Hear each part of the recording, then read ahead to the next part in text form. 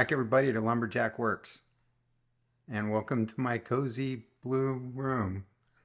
I didn't know what else to do, so here we are. So we're at the point where I was going to talk to you about the footings that we put in on the property.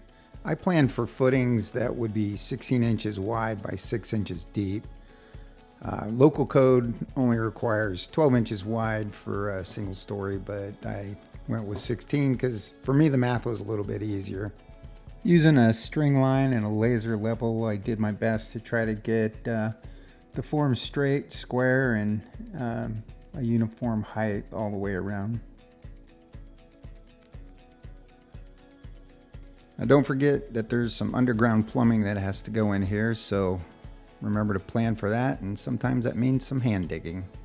I like to tie my 2x6s together with some 1x2s and then kind of spread them apart with some more 1x2s to keep them that is 16 inches apart.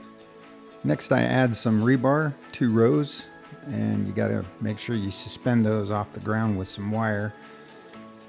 And then I add some more 1x2, and don't forget the U-for bar for the electrical. And this is what the shop looked like when it was done. Okay, there's a couple of things I want to say about the footings that I didn't have any video for.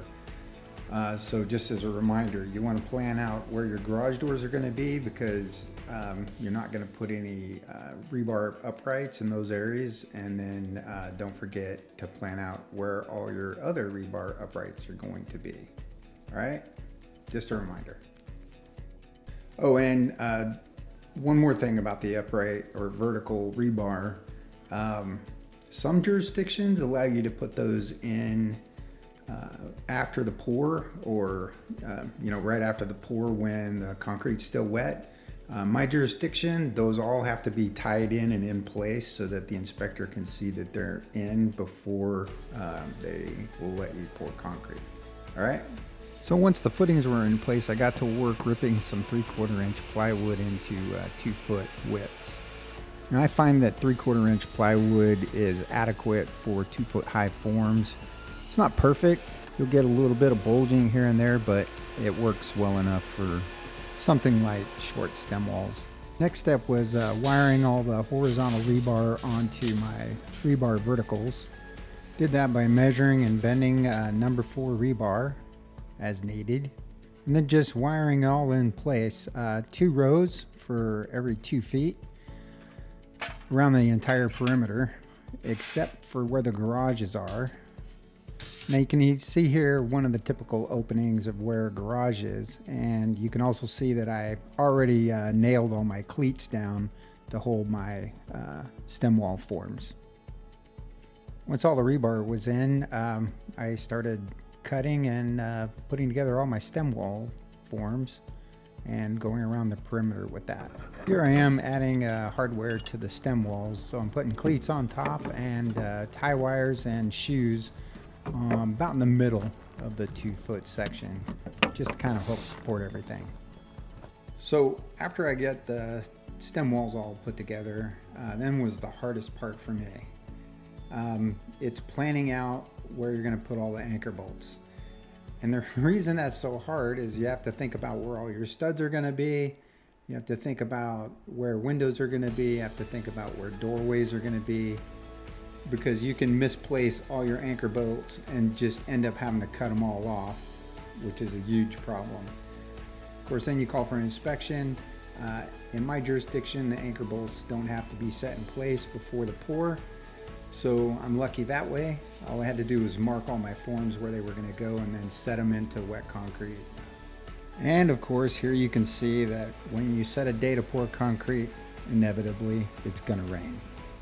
After all the concrete was poured, I went around with a crowbar and pulled all the forms off the concrete, and then I set about quickly and effortlessly moving all the forms over and stacking them off to the side. You can see here that all the concrete forms look used. Well, that's because I actually poured the footings and the stem walls for the shop portion first, and then I reused all that same material on the house, and it was about the same amount of material for both, so it wasn't worked out pretty well. Here you can see that I had some help on this day. Always nice when one of your kids can take time off of work and school to come give you a hand. Of course, my favorite part is the curtain drain or foundation drain. Nothing better than hand carrying buckets of pea gravel all around your foundation. Here I am gluing together the curtain drain for the house. Here I'm putting together an inspection or clean out port for the curtain drain around the house. So after you get all your pipe in around the perimeter of the house, it's time to backfill. To do this, I used my excavated dirt and put it through a sifter and then placed it around the exterior of the house and the shop. For the interior of the shop and the house, I brought in sand so that I could easily dig it for the underground plumbing. As a word of caution, that dirt that you're backfilling in against the foundation can be soft, so use caution. Okay, we'll end it there today, and we will never speak of the tractor incident again. And next time when we come back, we'll talk about that underground plumbing, and until then, stay safe.